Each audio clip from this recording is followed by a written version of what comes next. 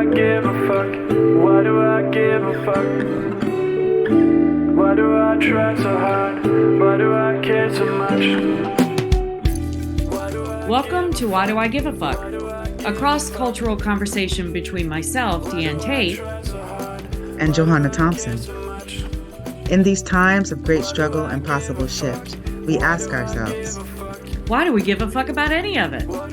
How does the lens we see the world through impact what we see? And what do we do about it? All right, we are in 2025, and today we're talking about transitions because it's a time when in the United States there is political transitions, but then there's also like this kind of social transition that happens in the beginning of the new year. For those of us who are focused on social justice, we're looking at what it is going to look like going into 2025, how we're building community together, and what are the things that we're leaving behind. And glad to be here with my colleague today. I want all of you to join me because Deanne is here after having a tremendous loss through the holidays of the passing of her mother. And so we want to honor that. We want to honor that transition and what that experience was like. And so just kind of invite that in to this conversation, taking a moment for honor and also to talk about what that feels like and how we sit in the movement going through the journey of transition. Thank you. Yeah, let's see, my mother, she's been ill for a while, and so we all knew it was coming eventually. She had kidney issues and was undergoing dialysis 3 times a week. And, she was 84, and that took a lot out of her body. And so, over the past couple of years, especially, we've been watching for her body transition and move into the space where it just couldn't sustain the life that she was leading. And she was a very strong woman and decided to stop dialysis, knowing what that was going to, how that was going to complete. And so we were all there. She lived in the town that I grew up in North Carolina. And so we were all there over the course of the holidays and just being with her and watching her body change. And then about 6 days before her passing, she was non-communicative anymore. And so we had different moments. The family was in the room with her. Some of us would cry, some of us would tell stories. We even played dice at one point. We have this game that some of my Canadian relatives taught us called Schnutz.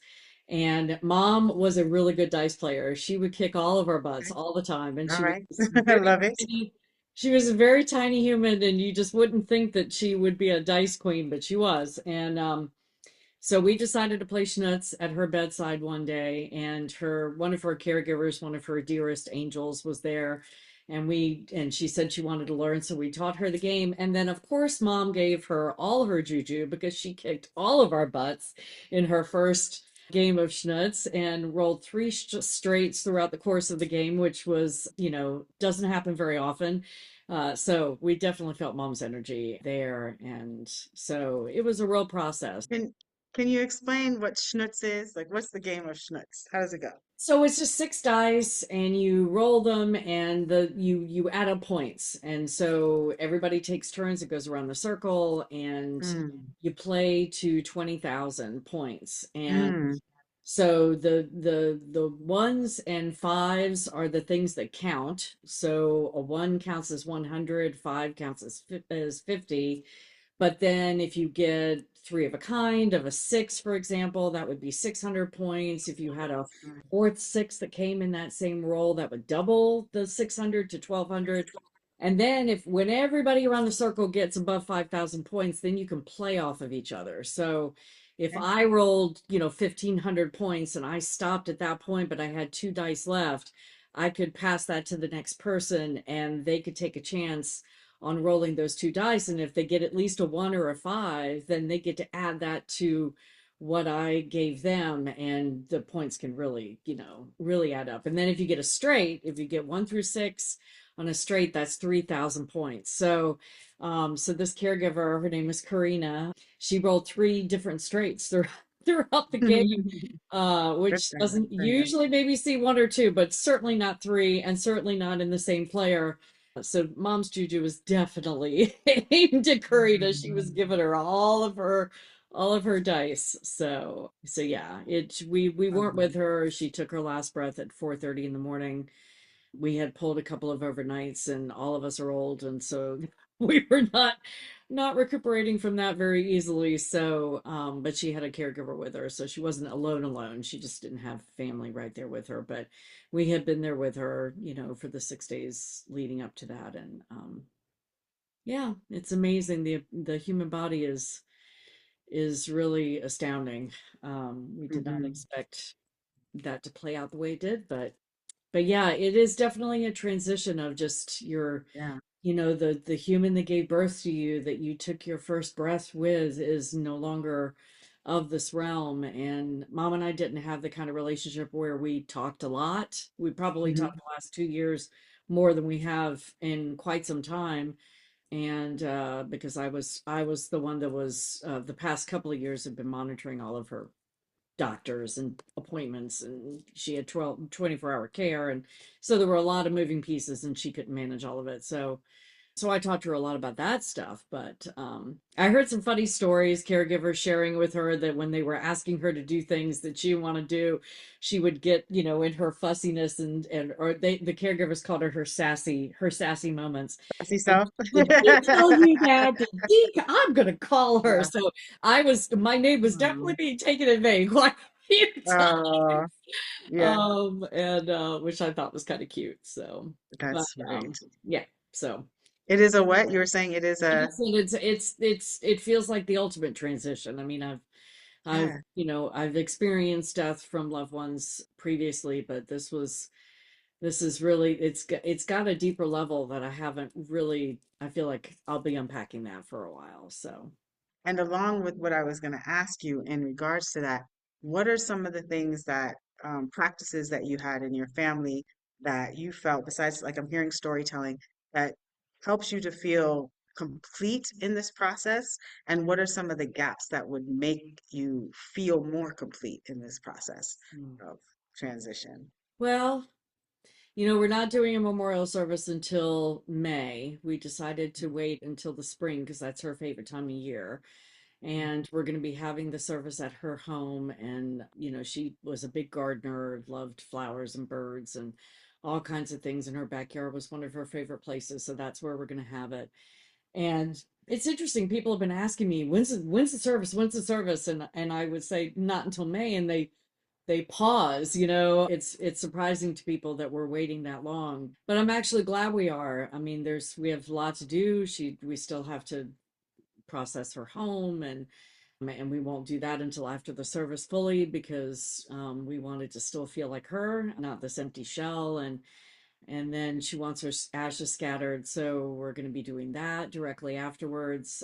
Partially, she wants them scattered in two different places. So the first place will be at the beach where we all joined as a family every summer, and it'll be the weekend of Mother's Day, so it'll be perfect to put her into the ocean Hmm. on that sacred day. So gaps, I don't know. I mean, our family has been, we're a congregation of bio children, stepchildren, and bonus children, and then grandchildren beyond that. And we've done really well with it, I think, so far. Knock on all things knockable, but we seem to be communicating well and working together well. And we all got to celebrate her at the dedication of a skateboard park that was named in her honor, just a couple of weeks before she left us. And she was there and proudly in her queenly space, and kept reminding us it was all about the kids.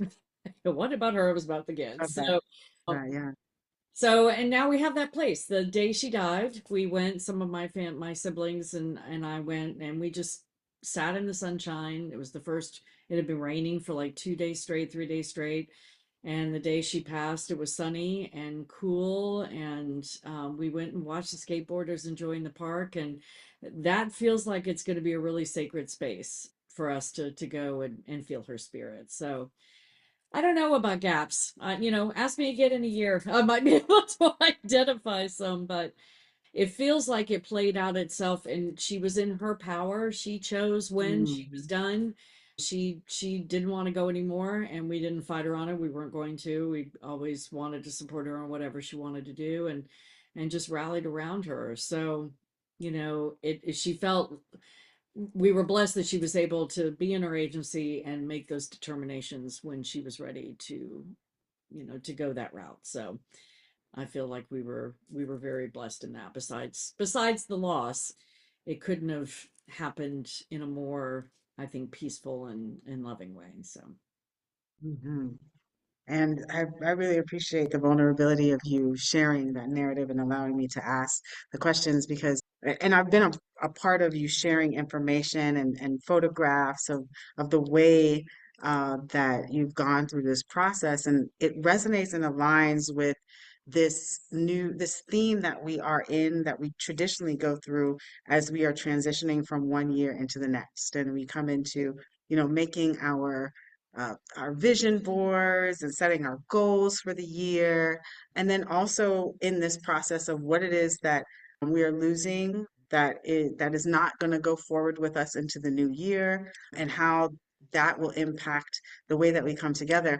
And yeah, you sent me a picture of your mom in her youth and when you sent the picture, she was looking quintessentially US Americanized to me. Like, so when I saw the picture, I'm like, oh my gosh, these are the pictures that we see when I'm watching documentaries, or that's that little smiley face little girl yeah. in the picture, which is quintessentially United States. And it also is quintessentially this this ideology of a time when America was a great space and a great place. Mhm. And that is the visual depiction that was brought up when I saw your mom's picture.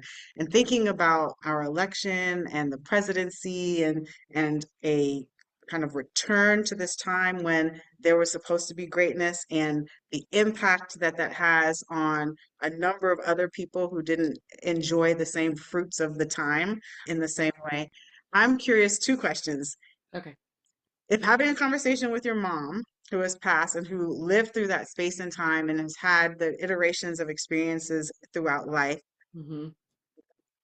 what would some of like the wisdom experience words have been from your mother about this time, about this moment in transformation in the world and maybe also on US territory? I'm really curious about that as a white identified woman coming from the Carolinas, so Southern experienced and life and what's happening, with our world today. Was there an opportunity to have any of those conversations before she transitioned out and what she's thinking? Not recently. She was very determined to vote, so she Okay. did. And my sister got her there to vote. She had voted for Trump before, and her late husband was a Trumper. She comes from a deep level of privilege, so conservative views were probably in her head more so throughout her years than non. I'd been working on her a little bit, and as had my sister, and so she'd had some epiphanies and some awarenesses that she didn't have prior to that, largely just because of her privilege. When she talked about the increase in violence or the anniversary of January 6th is upon us, and so just that remembrance, that picture that we all have in our heads of what happened on that day, she would tend to blow it off as I would say that she would see it as an anomaly, Mm, not the bedrock foundational element of this country that I have grown to understand. We had some of those conversations, but I think in the grand scheme of things, she probably would have continued to think that it was just this out of the box lone wolf, just a few people, it's not everybody kind of thought process, which in my understanding in my own unpacking, I understand that that's how I used to think too, that it was only just these very small pockets that would behave in such a horrible manner. It had not even occurred to me that it was foundational to the birth of this nation Mm, and everything that we know now in our everyday yeah. lives. So That is, yeah, that's a very interesting consideration to have in this moment because folks in your mom's demographic, so 84, a lot of folks are expiring or, getting into the time of transitioning, mhm, which also then brings up this new generation of people into positions of power because we do still have that age demographic and leadership, but then there's also like the children of folks from that time period, and then the grandchildren mhm. of folks from that time period, and you're having generations of like different experience and ideology. But then we're also seeing the same social cultural context be amplified and uplifted. So it's causing this real interesting tension in transition. And that's why I asked you those questions about what do you feel was working throughout this process? Because when we start to individualize how we work through process, it's easy to then extrapolate it onto our kind of larger social context if we're thinking about methods of transformation. And so like what happened that was good? I heard storytelling, laughter, joy, reflecting on life experience, communication with family, coming together and working through, having a North Star, like knowing that there was an outcome endpoint, but having a process with which folks was working through towards that endpoint. What else did I hear?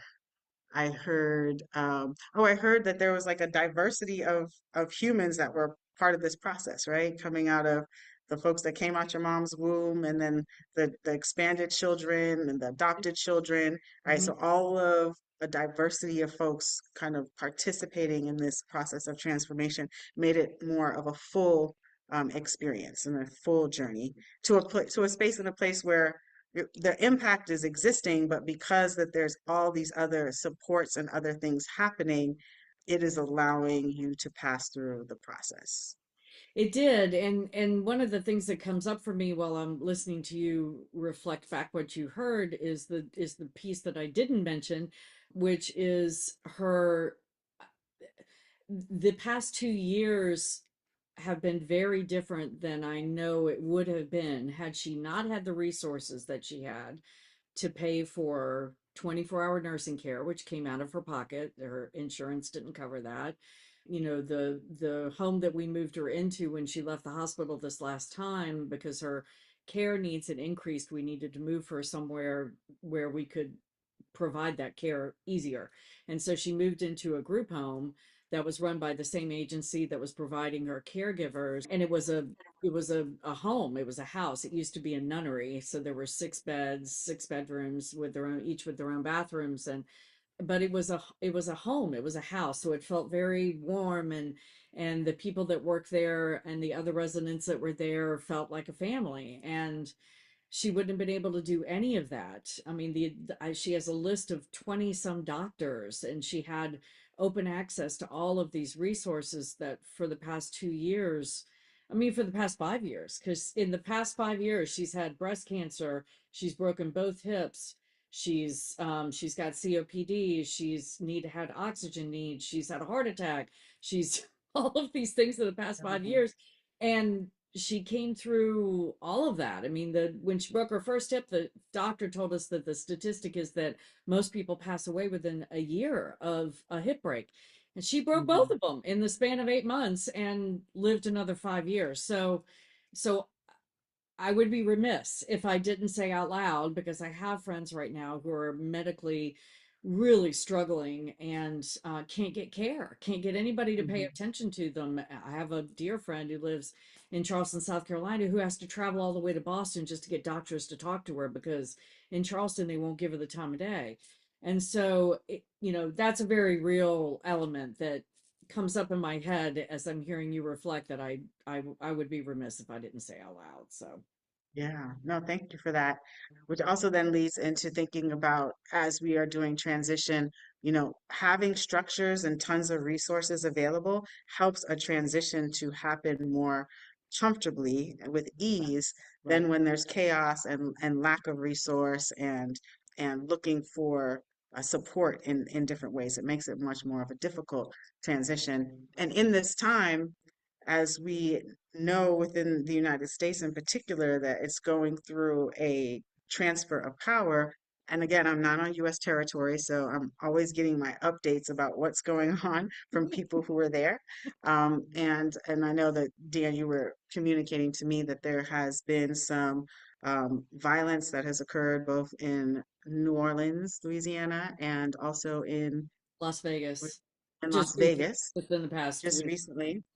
And before we got on this call, we were talking about the demographic of humans that would typically be ascribed to kind of like this mass violence, and that is also shifting. And if we're looking at how people are being impacted by some of what our social political climate is, and also the economic climate, like the reality of how people are trying to survive into this new year, it is there is this underlying conversation of tension and the what is it going to be Here. that we are looking forward towards, Yeah. and also in the same breath as notes are coming out and people are in communication and across like social media algorithms, there is this language of peace and prosperity and coming together and collectivism that is also coming up. So it's interesting that in times when there is loss and transition, you have this communication to the point of your own personal transition with your mother.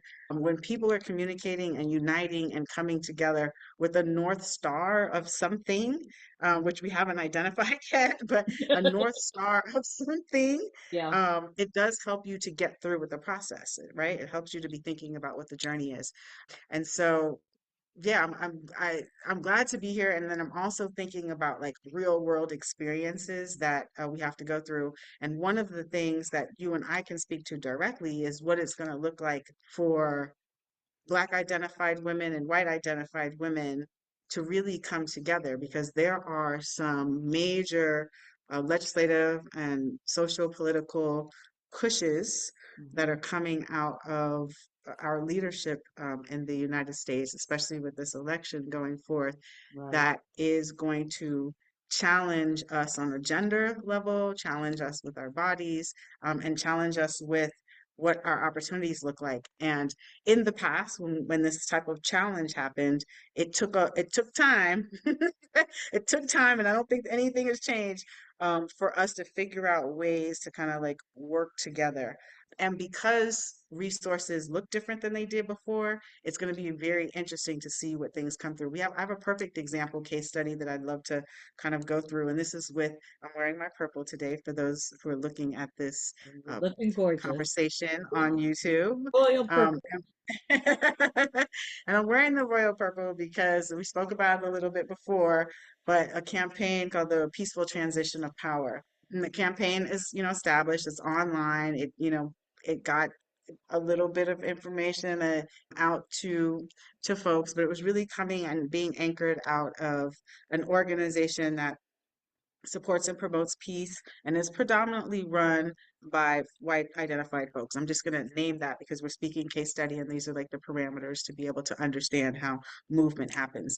And me being a part of it, so I can speak from my eye space, being a part of it and recognizing that as the elections were happening and we were getting the results, that there was going to be a need, thinking about what happened during our last presidential election, there was going to be a need to have a narrative, to start doing a storytelling that is different than the reality of the violence that we have sat in the past with our elections, right? And making sure that our democracy continues to be supported in the best ways that we can with the inequalities that exist. Hmm. And so Peaceful Transfer of Power campaign, PT25 campaign, was established with with that hope, really, Hmm. coming out. And working within a network of folks that we're trying to understand what the necessity of the campaign was. And I'm not sure like if the entire group of folks needed to understand the necessity, but there was, you know, a little bit of a pushback. Mm. And I can say the direct impact of the pushback was just like, I don't have to do anything with you. And my other partner had the same kind of vein. It's just like, look, I'm doing it, whether or not you want to participate, support, Mhm. provide your resources into the space will happen. Either it'll happen or it won't happen. I don't Right. know what to do about it. I can only do what it is that I'm going to do.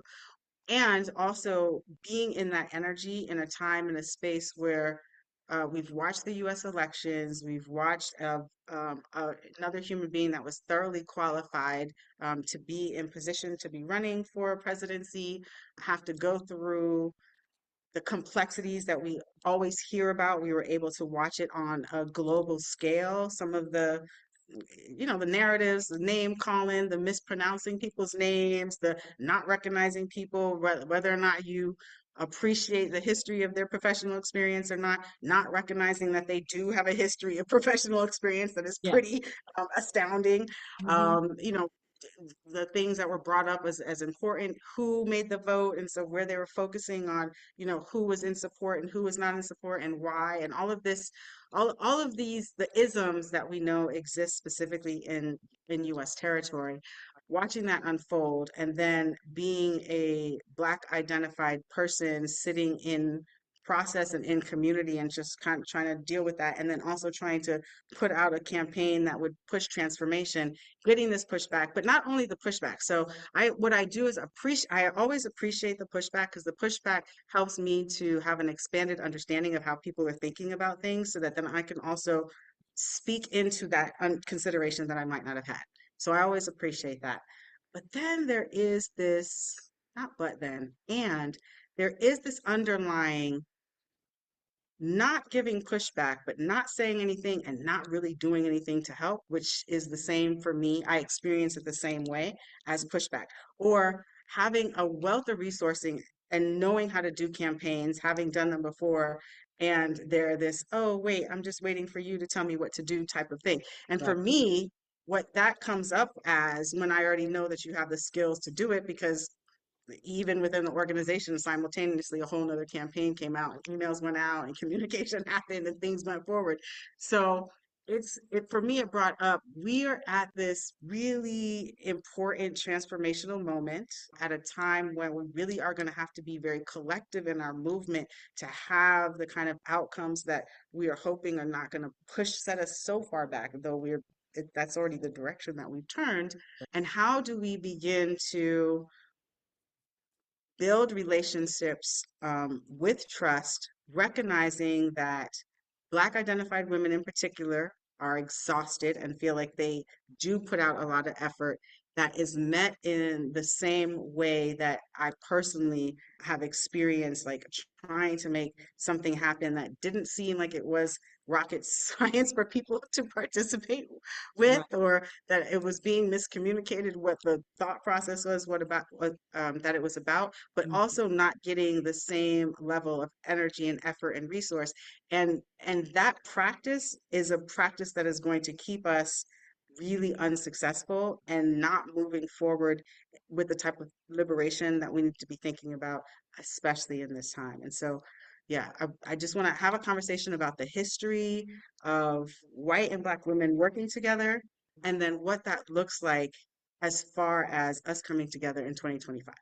It's going to be interesting to see. I'm hoping and curious about whether or not people can move into this new era or furthering of an era. I guess it's not new, with an awareness and an openness to the idea that if we're not vigilant about our intentionality in working together and the awareness that we might be coming to it through different lenses, and that's not the end of the world. It just needs to be acknowledged and needs to Mhm. be always honored and reminded, and especially for anyone that looks like me, that that's the only way we're going to make it through this at all.